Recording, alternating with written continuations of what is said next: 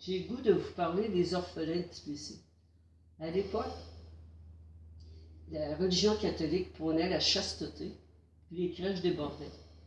Le cardinal du temps, puis Tbilissi, ils ont eu l'idée, parce qu'il y avait une subvention du fédéral, de les envoyer dans des institutions psychiatriques, parce que le fédéral payait pour. C'est une injustice flagrante. Et puis, je vais vous parler de deux endroits. Il y a un recours collectif contre les religieuses, la charité. Je vais vous parler de deux endroits où j'ai été maltraitée. Saint-Joseph de la Délivrance à Lévis, Saint-Michel-Archange à Québec. J'ai été envoyée là par les religieuses, et puis j'ai été là 7 mois, où j'ai subi des sévices inacceptables.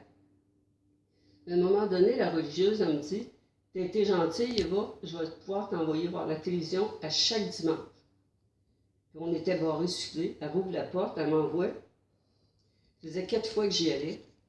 Un soir, elle n'était pas là. J'ai dit à la surveillante, ouvre-moi la porte, j'ai la permission. Là, à ce moment-là, quand je suis revenue, elle m'attendait avec la camisole de force. Elle dit, tu vas mettre ça. Je ne voulais pas mettre ça. Elle a fait venir 2 infirmiers. Elle m'a fait mettre la camisole de force, les mains attachées en arrière du dos. Puis elle m'a fait conduire dans une cellule, barrée. Là, elle a dit, tu vas passer 1 mois dans la cellule. Ils vont te faire manger à cuillère. Et puis, j'avais pas de culotte. Je faisais mes besoins d'un pote, puis je n'étais pas capable de m'essuyer les faufouilles. Fait que j'ai réussi, avec mes dents, à déchirer ma camisole de force, puis à me détacher. Les surveillantes venaient passer avant la religieuse, puis ils disaient, Eva, fais semblant d'être attachée, la sœur s'en vient. Au bout d'1 mois, quand elle est venue pour me détacher, elle s'est aperçue que j'étais détachée. Elle dit, tu vas repasser 1 autre mois là. Ça fait que là, j'ai voulu, il foutait ma messe à la gueule, mais elle s'est sauvée. Fait que là, j'étais fâchée. Fait que j'ai cassé la chaise berçante, j'ai pris le berceau, là. J'étais décidée d'en foutre un coup. Fait que là, elle est revenue, puis avec un manche à balai, pour m'enlever ça. Puis après ça, 5 religieuses avec un seau d'eau. Et puis là, ils ont fait venir 2 infirmiers avec un grand matelas. Puis là, ils m'ont dit, fais-nous pas de mal, on t'a rien fait. Je faisais 90 livres. À ce moment-là, j'ai dit, il n'y a rien à faire. Là, elle a donné ses ordres. Vous allez l'attacher les mains derrière du dos, la camisole de force. Vous allez y mettre un collier de sable dans le cou pour pas qu'elle puisse déchirer sa camisole avec ses dents. Elle m'a fait mettre une strap avec un cadenas après les 2 coudes, un cadenas entre les 2 jambes, attaché après le pied du lit. Et puis là, elle a fait envoyer les infirmiers. Puis là, elle a fait venir une surveillante, puis elle a dit, tu vas y mettre une couche. Là, elle m'a mis le doigt dans le milieu du front. Elle dit, tu vas passer 1 mois attaché sur le dos, dans ton lit. Ils vont te faire manger à cuillère, tu vas faire tes besoins dans ta couche. Finalement, dans le mois de juillet, il faisait chaud, puis il ne me changeait pas tout le temps. J'ai eu une infection dans l'utérus. Il m'a envoyé avoir un curetage. Et puis quand j'ai revenu, la sœur n'était pas là, ils m'ont mis dans le passage, parce que c'est elle qui avait appelé des cellules. Ma sœur est venue me voir, je restituais, puis ça sentait le caquet. Elle pleurait, puis elle dit, là, tu ne resteras pas ici, je vais parler à mon frère Roland, puis il va te faire sortir. Et puis là, mon frère, il était voir un avocat du cabinet Larazovitch. Là, ils sont venus, ils ont fait sortir mon dossier, puis ils disaient que j'avais pas de pathologie psychiatrique et que j'avais une crise d'adolescence justifiée. Là, à ce moment-là, ils m'ont dit, ils ont vu le surintendant, puis là, il a dit, ça prend une signature du juge qui l'a envoyé ici, c'est le juge Champoux. Ils sont retournés, ils ont fait signer le juge, puis là, ils m'ont détaché, puis ils ont dit, tu sors. Fait que là, je pleurais. Les filles, ils sont venues me voir, ils m'ont dit, pourquoi tu pleures? Et moi, j'ai dit, je m'en vais. Mais quelques années plus tard, j'ai étudié l'hypnose avec Paul Labrie pour faire de la thérapie. J'ai décidé d'employer ça sur moi. Et puis, je faisais de l'auto-hypnose, puis je me mettais les mains au plexus solaire, puis je disais, fais sortir l'énergie que tu maintiens prisonnière. Là, je me suis mis à pleurer, puis à pleurer, puis à pleurer, tout ça.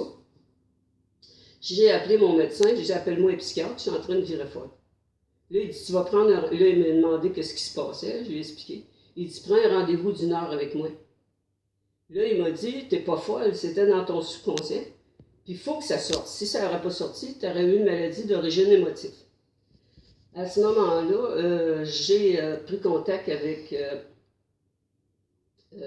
Nicole Tremblay, une psychologue qui avait appris l'hypnose et puis qui avait appris la thérapie de Carl Jung.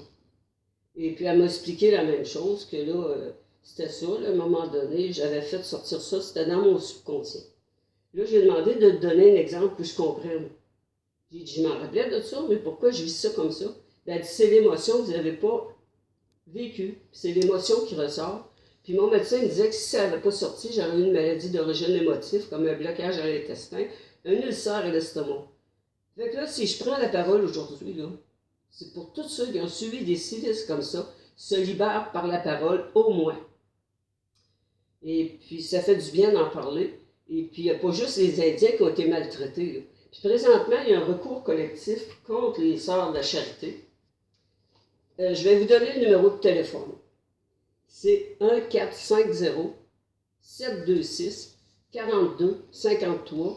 C'est Rod Viano qui a ça en main. Et puis, ils ont fait signer une décharge, là, quand on était en recours collectif pour les orphelins dispersés. Ça a l'air qu'il ne va pas faire ça. Fait que là, ils demandent 180 000 pièces en dommages pour ça. Et puis, William Reich, à l'époque, c'était un psychiatre français, il disait que pourquoi les institutrices étaient laides, vierges, maigres, il dit puis que les punitions visaient toujours à humilier. Il dit, tout le monde sait que l'individu sexuellement frustré, à la base, il veut aimer, mais il a une carapace. Devant un individu qui n'a pas de carapace, son amour se change inévitablement en haine compulsive. Pourquoi, à l'époque, les punitions visaient toujours à humilier? Sigmund Freud, le père de la psychanalyse, il disait que la sexualité refoulée causait l'hystérie. Ça fait que j'en ai appris beaucoup. À un moment donné, j'ai travaillé sur moi-même. Je suis rendue à 80. Puis, je pense pas là, que j'ai des problèmes psychiatriques. Fait que, s'il vous plaît, ceux qui ont été maltraités, parlez-en. Il faut que ça sorte. Fait que je vous souhaite à tous une bonne fin de vie. Puis, soyez heureux le plus possible. Bonne fin de journée. That's it.